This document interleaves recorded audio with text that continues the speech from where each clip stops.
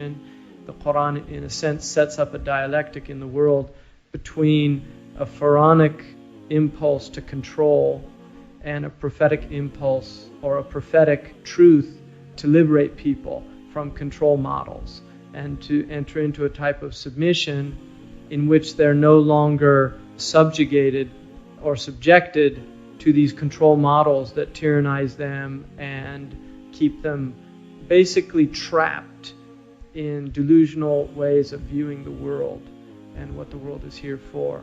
So the Pharaoh, his symbol is the pyramid. It's a very interesting symbol because the pyramid is moving to a human apex, which is the Pharaoh and his inner circle, and the rest of the society is supporting that structure. So human beings are really seen as servants of those in power or those in charge. And those in charge then have magicians. They have basically, there's 4 components that the Pharaonic model has. Allah says, Inna Fir'auna wa Hamana wa junuduhuma. That there's Fir'aun, which is the political component. And then there's Haman, which is the economic component. It's the economic power base. And then there's the military component, which empowers both the political and the economic to do what they want.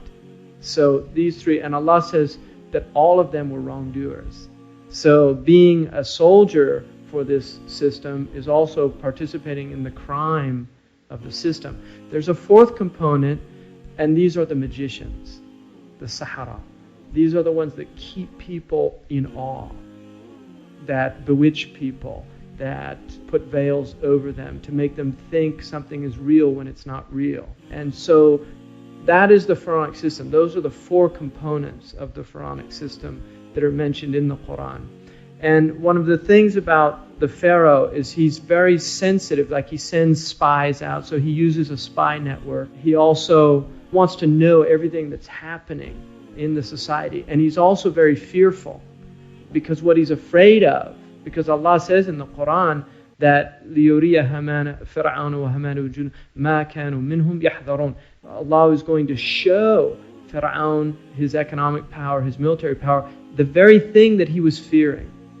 So Pharaoh fears the prophetic element in the society because the prophetic element is exposing the lie of the Pharaonic culture. And so the Pharaonic culture has a deep-seated fear of this element because it's an element it's telling people, you weren't created to build pyramids. You weren't created to serve Pharaoh. You weren't created just to make money. You weren't created to exploit. You were created to worship Allah subhanahu wa ta'ala. Now, the Pharaonic model uses manipulation of nature. And that's why when they threw down their sticks, they look like snakes. Whereas what the prophetic model is, it's truth. It's not illusion. When it shows its hand, it gobbles up the falsehood. And that's why they don't like the two to be together. They like to make sure that that element is not allowed any type of mass audience. Because if it is, it becomes very dangerous. So that is one of the most important elements in the Quran, is this model. And that's why the Pharaoh and Musa, or Moses, is the most important story in the Quran. It's repeated more than any other story. Each time it comes in the Quran, it has nuances. Because ultimately that is the human conflict. It's between a control model, which is about getting the creation to submit to creatures. They want you to submit to higher creatures. And the Islamic model is that you don't submit to creatures, you submit to the Creator. So these are in opposition. محمد سيد الكونين والثقلين والفريقين من عرب ومن عجم.